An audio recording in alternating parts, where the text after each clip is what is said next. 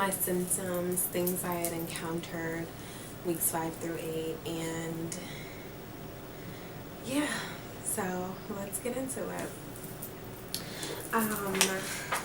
During week, I hope I'm not cutting my head off. I don't know. If I am, I apologize. But during week 5, I actually started seeing brown discharge, and I was so freaking scared. I was paranoid, and I was like, at this point during this stage, I was still eating everything. Everything was just, not everything, but things I enjoyed. I really enjoyed, like pickles and olives. That burp a lot too, I'm sorry. But pickles and olives were like everything, and I was enjoying that. And then I was enjoying salads with Italian dressing, and excuse me, I'm sorry, but salad with Italian dressing, like I was enjoying all that stuff. But anyway, I say that because as time goes on, I no longer enjoy food, and I'm a foodie.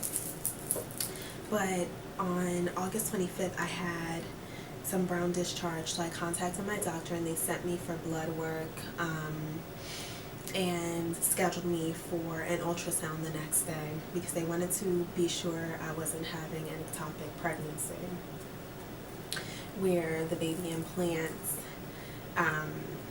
outside of the uterus, like sometimes in your fallopian tubes and things like that. So they wanted to ensure that was not happening to me, and so I went for the blood work, and then the next day I went for the ultrasound. So when I went for the ultrasound, they did see a yolk sac and a gestational sac, and it was in the right place, so it rules out an ectopic pregnancy. They did say brown discharge because the discharge was brown. That's normal. But I was so paranoid because I'm like, oh my gosh, you know, my baby's not sticking, whatever. Like, I was just so scared. And, but they told me, that, you know, nothing to worry about. My beta was 12,325, which they said was awesome. So the pregnancy was progressing. And my progesterone went from 18 to 15. I asked the ultrasound tech. She said that was okay. And the nurse that I spoke to on the phone, who actually provided the beta results, said that was okay as well. But, you know, the doctor would call me to go over my results anyway. So the doctor called me later on that day, and she said, you know, my numbers were good. Progesterone was good, but she was a bit concerned that it dropped, and so she suggested that I go on progesterone suppository.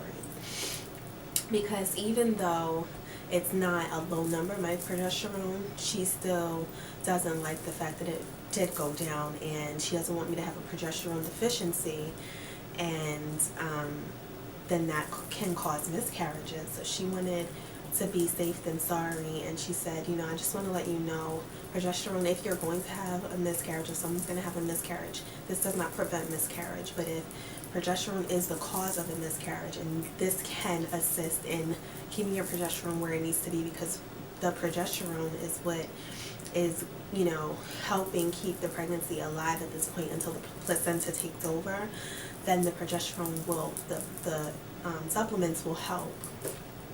So I said, okay, whatever, you know, whatever I need to do. So she calls in the prescription. I have to go pick it up. I picked up a 4-week supply, I believe, although she wants me to take it until the end of my first trimester because them things are so expensive. Like, I believe they're like $2 a pill. So they told me that I could break it down so that I don't have to pay the whole thing at once, because I'm like, yeah, this is a lot of money for these pills, and I have to take one at night and one in the morning. And when I say they're disgusting, they're disgusting. They leak this nasty brown stuff when you put them in. They are irritating. They irritate the cervix, so it does cause you to spot a little bit, which to me is not a good thing because I have anxiety, and any little drop or speckle of anything has me going like crazy. So I cannot wait to stop taking them, but whatever I have to do, I will do it. So I did start taking the progesterone, and yeah, so yeah. So that happened. What else?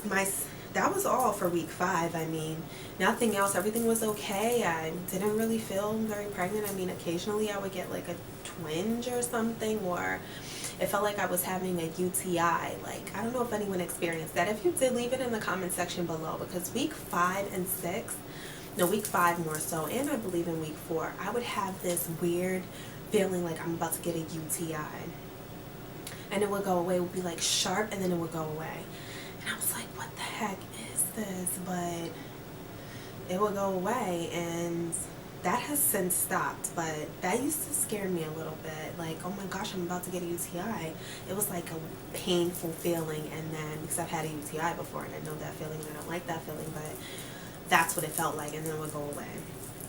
So anyway, that happened a few times, week 4 and 5, I believe.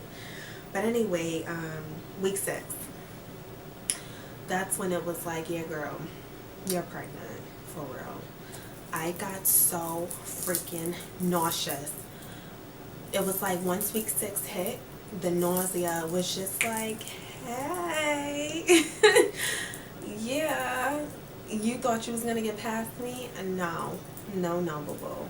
It was so freaking bad. I believe it started on September 2nd.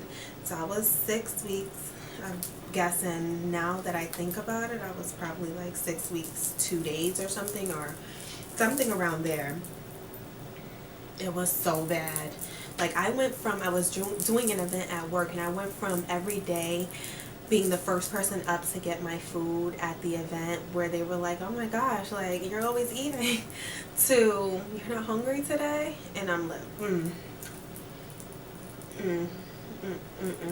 nope, I'm good. Like that. It was so bad. Like, so bad. So bad. And then, yeah, so I just went from loving pickles, olives, and salads to hating all of them. Hating everything, smelling things, and just getting super sick. I heard progesterone can increase your symptoms, so I don't know if that had something to do with it or not. But my doctor says she doesn't think so, because usually around week 6, that is when you start getting nauseous, and it's like 6 weeks hit, and I was just like, yeah. So that was basically in my 7th week, but I was 6 weeks, 2 days, 6 weeks, 3 days, whatever. So, yeah, that's what that was. And ever since then, I think that's been like the only symptom, to be honest with you. My breasts still hurt, but they don't hurt like super duper duper bad, but they do hurt. Like, don't hit them, don't squeeze them, no, don't suck them, don't do anything. Like, no. But they feel good when they're in a bra and they're not moving around. If I go to sleep without a bra and then gravity takes over, like, it's the worst pain ever. So I try to sleep with some sort of top on so they don't move. I don't want them moving.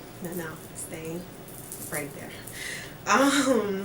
And I missed a few days of work last week. So, yeah, that week 6 and 7, it's like that's what's been going on. I just been vomiting, feeling disgusting, and then into week 8, which I was like 7 weeks and some odd days, I contacted the doctor after I missed work, and I'm just like, look, I need to do something, because this is just, it's just not, like, I can't live like this.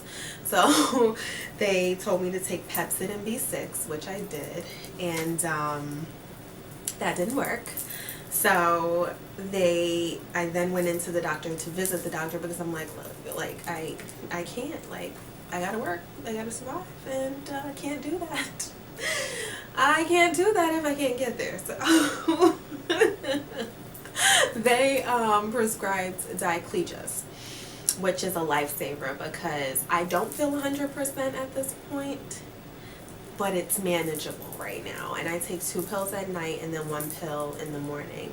You first start off with the dosage at night, like just the 2 pills at night, and if that doesn't work, you can increase it to 1 in the morning. If that doesn't work, then you can increase to 2 at night, 1 in the morning, 1 in the afternoon. I'm at the 2 at night, 1 in the morning, and I'm not going to go any further, I don't think, because they said if this is like the peak of the nausea, so it's not going to get any worse than this, and right now it's bearable.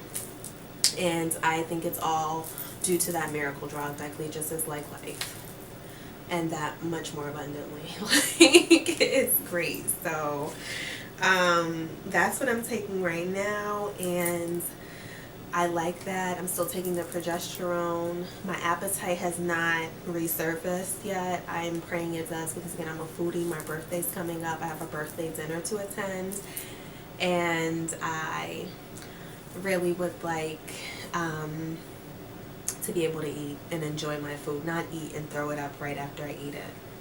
I want to eat and enjoy it. So fingers crossed, but those are my updates right now. That's what's going on. My skin is not breaking out. My breasts are tender. I'm nauseous. Appetite has gone bye-bye, and my baby's growing, and that was confirmed with an ultrasound. Yeah, so that will be discussed in my next video. I will discuss my confirmation doctor's appointment, which is going to be in the next video, which would be week 9, which would then cover week 8. So yes, I can't wait to tell you guys about that. I was super nervous about the appointment, but God is good all the time, and everything looks great. So yeah, that's it. If you have any questions, leave them in the comment section below. I'll talk to you guys about my confirmation doctor's visit, which was on 8 weeks, 1 day, and it actually went right with Fertility Friend. Fertility Friend was 1 day off, so I must have ovulated on August 2nd instead of August 3rd, but we'll get into that in the next video. I love you guys. Bye.